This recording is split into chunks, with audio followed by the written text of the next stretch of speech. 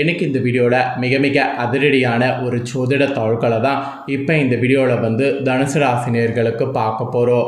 அதிரடியான ஜோதிட தாள்களை பார்க்குறதுக்கு முன்னாடி எதை பற்றிய தாள்களை பார்க்க போகிறோம் அப்படிங்கிறத இன்ட்ரோவில் வந்து ஷேர் பண்ணுறேன். எதை பற்றிய தாள்கள் பார்க்க போகிறோம் அப்படிங்கிறத ஃபஸ்ட்டு இன்ட்ரோவில் வந்து தனுசு ராசிக்காரங்க தெரிஞ்சுக்குங்க. தற்போது 2025 ஆண்டில் தமிழ் மாதம் 6வது மாதமான புரட்டாசி மாதமானது நடந்துட்டுருக்கு. இந்த மாதம் ஒரு சாதாரண மாதம் கிடையாது. இந்த மாதத்தில் இறுதியில் பார்த்திங்கன்னு வச்சுக்கோங்களேன், கிரகங்களிடையே மாற்றங்களும் வக்ரங்களும் ஏற்படுது. இதனால் ஒவ்வொரு ராசிக்காரங்களுக்கும் தலையெழுத்து மாறும். அப்படி மாறக்கூடிய தலையெழுத்தை அந்தந்த ராசிக்காரங்க தெரிஞ்சு பலனடையணுங்கிறதுனால ஒவ்வொரு ராசிக்கும் என்ன தலையெழுத்து அப்படிங்கிறத ஷேர் பண்ண ஆரம்பிச்சிருக்கேன். அதில் தனுசு ராசிக்காரங்களுக்கு இந்த வீடியோவில் ஷேர் பண்ண போகிறேன். தனுசு ராசியில் பிறந்த நேயர்கள் அத்தனை பேரும் இந்த ஒரு வீடியோவை ஸ்கிப் பண்ணாமல் பாருங்கள். கடவுள்கிட்ட கோபப்பட்டு கத்துனாலும் நடக்க வேண்டியது என்னமோ நடந்தே தீரும். அதற்கு காரணம் என்னென்னா, கிரகநிலைகளில் ஏற்படக்கூடிய மாற்றமும் கிரகங்களுடைய வக்ரங்கள் தான். இதனால் உங்கள் ராசிக்கு புரட்டாசியுடைய கடைசியாக என்ன நடக்கும் அப்படிங்கிற விஷயங்களை ஷேர் பண்ணுறதை தெளிவாக இந்த வீடியோவில் தெரிஞ்சு இதற்கேற்ப நடந்து பயன்பெறுங்க. ஆக்சுவலி நம்ம லைஃப்பில் நடக்கக்கூடிய எல்லா நல்லது கெட்டதுகளுக்கு காரணமே நவக்கிரகங்கள் தான். நவக்கிரகங்களால் தான் நம்ம வாழ்க்கையில் எல்லாமே வந்து நடக்குது. நாம் நம்பினாலும் நம்பாட்டியும் அதுதான் உண்மை. கிரகங்கள் நமக்கு சாதகமாக இருந்தால் சாதகமான பலனும், கிரகங்கள் நமக்கு பாதகமாக இருந்தால் பாதகமான பலனும் கிடைக்கும். அதை நாம் தெரிஞ்சுக்கிட்டாவே பல ஆபத்துக்கள்லேருந்து நாம் தப்பிக்கலாம். ஸோ இப்போ கிரகங்களால் உங்கள் ராசிக்கு என்ன நடக்கும் அப்படிங்கிறத ஷேர் பண்ணுறேன். என்ன நடக்கும் அப்படிங்கிறத தெளிவாக இந்த வீடியோவில் வந்து தெரிஞ்சு அதற்கேற்ப நடந்து பயன்பெறுங்க. அதுக்கு முன்னாடி புரட்டாசி மாதத்தில் சுபகாரியங்கள் திருமணம்லாம் செய்யப்படாமல் இருக்கும். இதற்கு காரணம் என்னங்கிறது நிறைய பேருக்கு தெரியாமல் இருக்குது. புரட்டாசி மாதத்தில் எந்த காரியம் செய்யணும், எந்த சுபகாரியம் செய்யக்கூடாது அப்படிங்கிறத முதல்ல சொல்ல போகிறேன். ஸோ சுபகாரியம் செய்யப்படாமல் இருக்க காரணத்தையும் இந்த வீடியோவில் ஜோதிடர்கள் சொன்னதை சொல்ல போகிறேன். தெளிவாக இந்த வீடியோவை முதல்ல பாருங்கள். அதுக்கப்புறம் உங்களுக்கான பலனை இந்த வீடியோவில் வந்து தெரிஞ்சுக்குவீங்க. ஆக்சுவலி புரட்டாசி மாதத்தில் மேக்சிமம் பெரும்பாலும் சுபகாரிய நிகழ்ச்சிகள் எதுவுமே நடத்தப்படுவது இல்லை.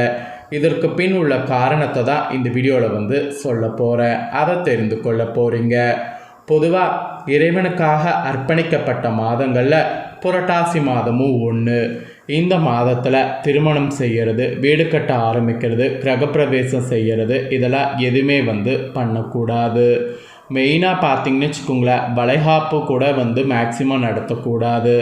இதில் நிறைய பேருக்கு வளைகாப்பு நடத்தலாமா நடத்தக்கூடாதாங்கிற டவுட் இருக்குது. அந்த டவுட்டுக்கு இந்த வீடியோவில் வந்து விட சொல்கிறேன். அதையும் வந்து தெரிஞ்சுக்குங்க. புரட்டாசியில் முக்கிய சுபகாரியங்கள் செய்யக்கூடாது.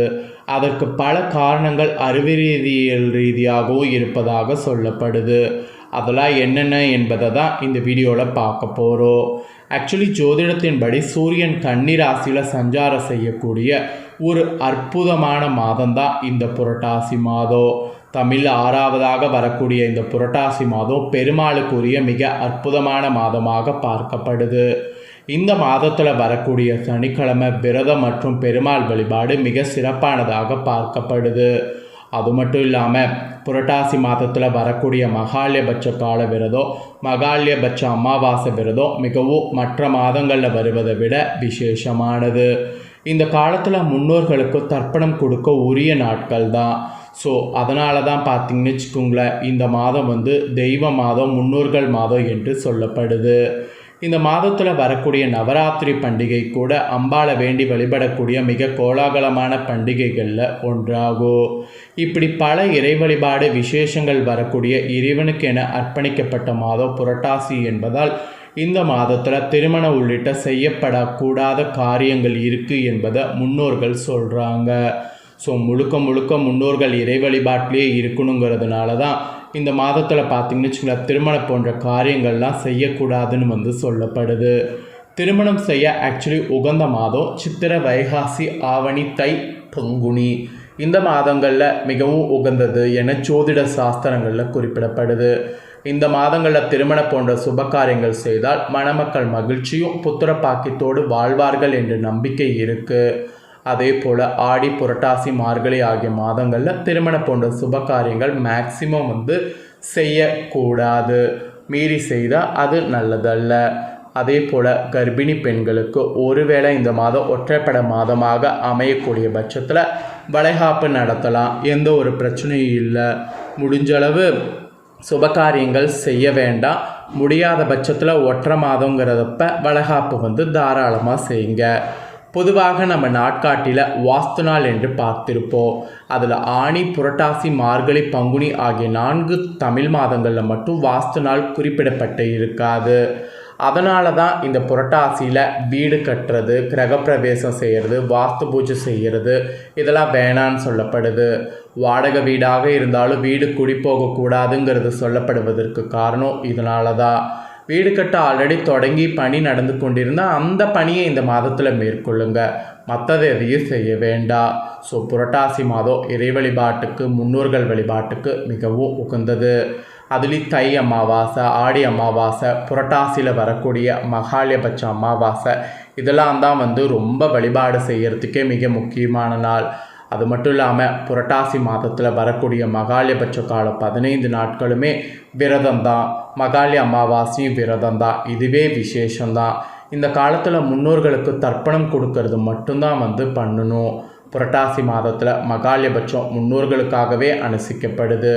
அதே போல் பெருமாளுக்கு விரதம் இருக்கக்கூடிய மாதமாகவும் நவராத்திரி பண்டிகைகளை கொண்டாடப்படக்கூடிய மாதமாகவும் இம்மாதம் பார்த்திங்கன்னு வச்சுக்கோங்களேன் அமைகிறது. அந்த காரணத்தினால தான் திருமண உள்ளிட்ட சுபகாரியங்கள் நடத்துவதை முன்னோர்கள் தவிர்த்து விட்டனர். ஆனால் புரட்டாசியில் வளைகாப்பு நடத்தலாம். வேறு எதுவும் பெரிய ஃபங்க்ஷன் நடத்தக்கூடாது. ஸோ இப்போ புரட்டாசியில் ஏன் திருமணம் போன்ற சுபகாரியங்கள் நடத்தக்கூடாதுங்கிற காரணத்தை தெரிஞ்சுக்கிட்டிங்களா? இப்போ புரட்டாசியுடைய கடைசியாக கிரகநிலைகளால் வக்ரத்தால் என்ன பலன் நீங்கள் அனுபவிக்க போகிறீங்கிறத சொல்கிறேன். அதை இந்த வீடியோவில் தனுசு ராசி நேயர்கள் தெரிஞ்சுக்குங்க. புரட்டாசி மாதம் கடைசியாக கிரகநிலைகளை ஆராய்ந்து பார்க்கும் பொழுது உங்கள் ராசிநாதன் குரு பார்த்திங்கன்னு சப்தமஸ்தானத்தில் சஞ்சரிக்கிறார்.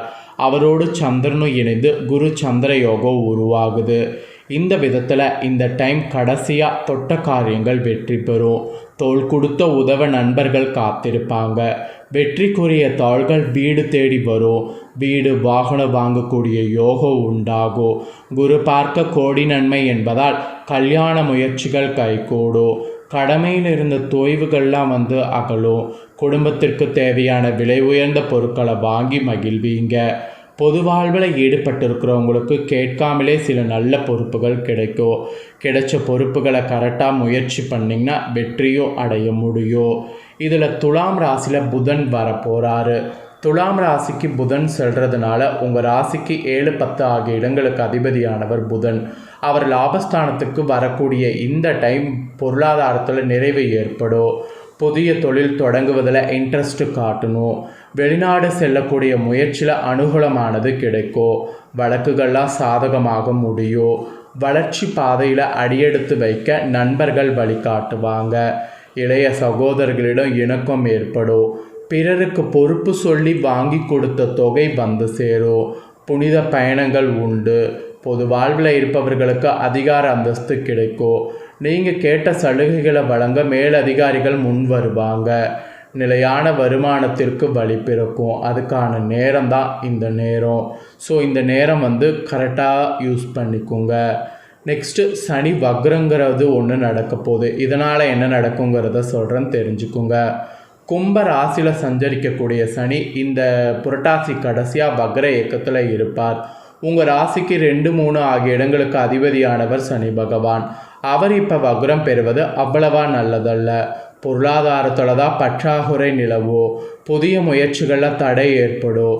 குடும்ப ஒற்றுமை குறையாமல் பார்த்து கொள்வது நல்லது. வழக்குகள் உங்களுக்கு இழுபறி நிலையில் இருக்கும். பிறரை நம்பி ஒப்படைத்த பொறுப்புகளால் பிரச்சனை அதிகரிக்கும். அதனால் பிறரை நம்பி பொறுப்புகள் ஒப்படைக்காமல் இருங்க. வக்ர சனியினால் இந்த மாதிரியான பாதிப்பு ஏற்படும். இதற்கேற்ப நடந்துக்குங்க. மொத்தத்தில் பொது வாழ்வில் இருக்கக்கூடியவங்களுக்கு பொறுப்புகளில் மாற்றம் ஏற்படும். வியாபாரம் மற்றும் தொழில் செய்பவர்களுக்கு லாபம் திருப்தி தரும். உத்தியோகத்தில் உள்ளவர்களுக்கு உயர் அதிகாரிகளுடைய ஆதரவால் நன்மை கிடைக்கும். மாணவ மாணவிகளுக்கு படிப்பில் முன்னேற்றம் உண்டு. பெண்களுக்கு இல்லம் தேடி நல்ல தாள்கள் வரும். எதையும் திட்டமிட்டு செய்திங்கன்னா வெற்றி காண முடியும். ஸோ இதுதான் உங்களுக்கு சொல்லப்பட்ட பலன்கள். ஸோ என்னங்கிறத தெளிவாக எக்ஸ்பிளைன் பண்ணதை நீங்கள் தெரிஞ்சிருப்பீங்க. தெரிஞ்சதுக்கேற்ப நடந்து பயன்பெறுங்க. நீங்கள் இதை பார்த்து பயன்பெறுவது போல் உங்கள் ஃப்ரெண்ட்ஸ் ஃபேமிலியில் இருக்கிறவங்களும் பார்த்து பயன்பெறணும்னு நினச்சிங்கன்னா வீடியோ லைக் பண்ணி ஷேர் பண்ணுங்கள். வீடியோவை உங்கள் ஃப்ரெண்ட்ஸ் ஃபேமிலியில் இருக்கக்கூடிய தனுசு ராசிக்காரங்களும் பார்த்து பயன்பெறட்டும். இதே போல் புதிய தகவல்களை தெரிந்து கொள்ள சேனலை சப்ஸ்கிரைப் பண்ணுங்கள், கூட பெல் பண்ண ப்ரெஸ் பண்ணுங்கள். வேறொரு இன்ட்ரெஸ்டான வீடியோவில் மீண்டும் உங்களை சந்திக்கிறேன். தேங்க்யூ.